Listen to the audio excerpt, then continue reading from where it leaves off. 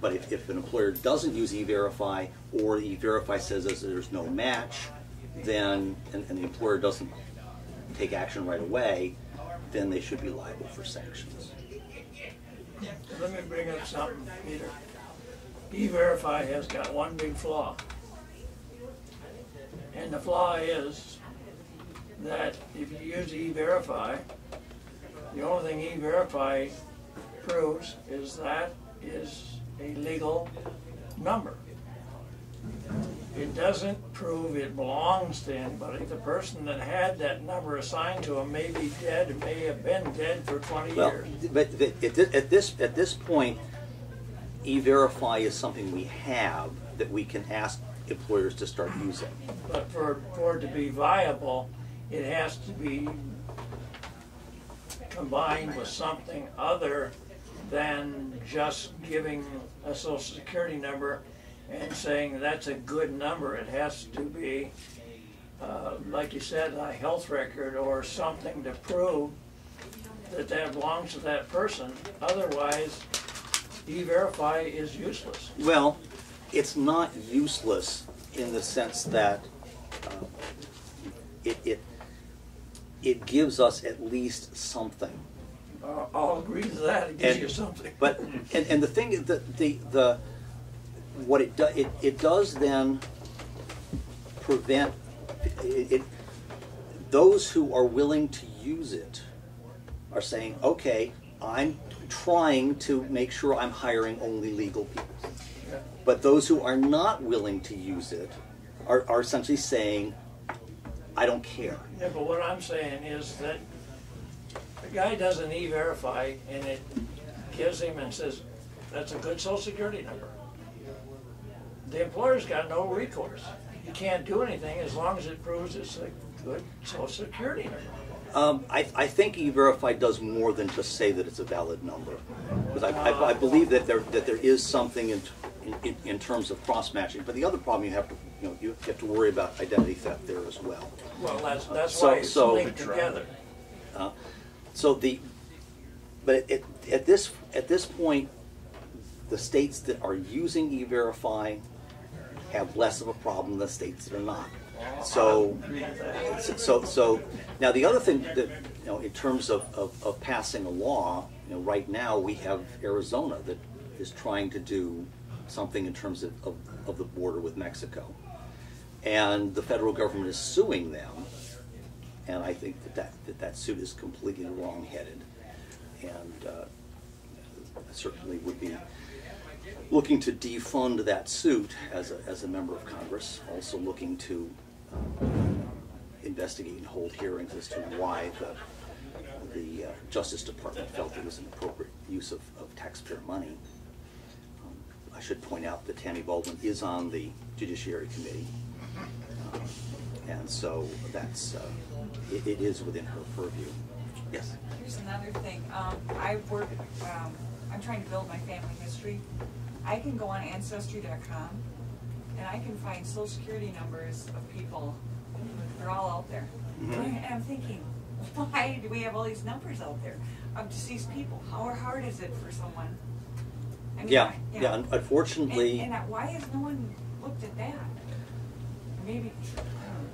Too complicated. Unfortunately, They died, yeah, the Social Security number, I wasn't there when it was devised. Maybe Jack was, but yeah, I was there. but originally it said, this number is not supposed to be used for identification purposes, and I think we may need to revisit that and say, wait a minute, now this is not an appropriate use.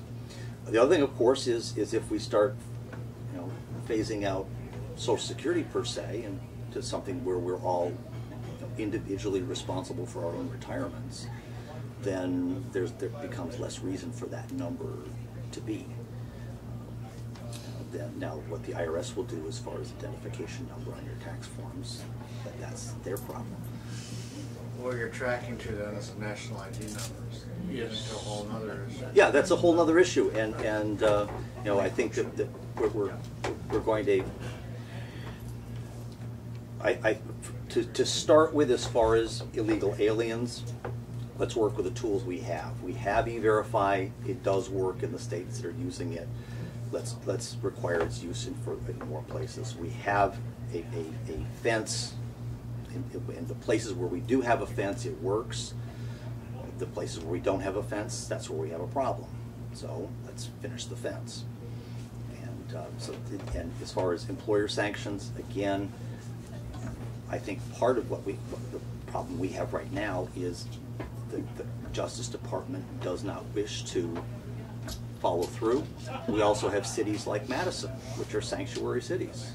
They do not want to enforce those laws. The city council of Madison actually passed a resolution asking the Dane County Sheriff to stop reporting people to immigration from the Dane County Jail. The sheriff, probably looking at the fact that he's also up for election in November, said, no, I'm going to keep doing that. And J.B. Van Hollen is also quite pleased in terms of the effort he's been making to get criminal illegal aliens deported. And that's certainly a first step. Sorry. How do you feel about flat tax, or not a good time because we're going to put all these CPAs and people out of business? Well, I would say it's not a good time because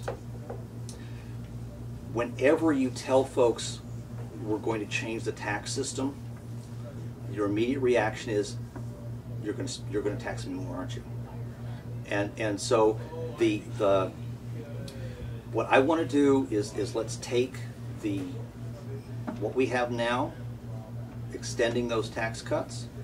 We can look towards decreasing the taxes as further out. That may or may not be possible depending on how much we're able to cut spending, because we're going to have to be running surpluses to pay off our debt, period. That's the only way it gets paid off. And so it will look like, oh, you have all this extra money. Well, no, we're paying down the debt. So we can't necessarily refund or lower taxes more than we'd like, as much as we'd like. My concerns in terms of, generally speaking, changing the tax code, people are talking about value-added tax, talking about fair tax, about flat tax. And what I want to, yes, I'd like to see a simpler tax code. We can talk about rolling back and go back to, what was it, 1910 with the 2% on the top. But right now, I said let's make the changes small because people can understand those changes. Saying, okay, you're just dropping the rate. I understand dropping the rate. You're removing the death tax. Okay, I can understand that. But we say, okay, we're going to switch this one out. We're going to put this new one in. Well, now you've got wholesale winners and losers. And I think that in terms of what we do first, that we say, okay, cutting the spending, cutting down government, and then we look at reforming the tax code. Dave? What do you think about removing the Federal Reserve's independence from taxpayer audits and things like that? The Federal Reserve, in some sense, it's almost Nietzschean in the sense that if the Federal Reserve didn't exist, we'd have to create it. Something needs to run the money supply. You say, okay, we'll use gold. Well, okay, now the folks who are running the money supply are the folks who are mining gold. Or you could say, well, we're going to do it with some other basket of currencies. Again, there's always going to be an entity running the money supply. And so the Federal Reserve is the entity we have right now. Again, I think that I want to focus on spending and cutting the government down, and not go what the Federal Reserve is or isn't doing. Yes, I think it should be audited.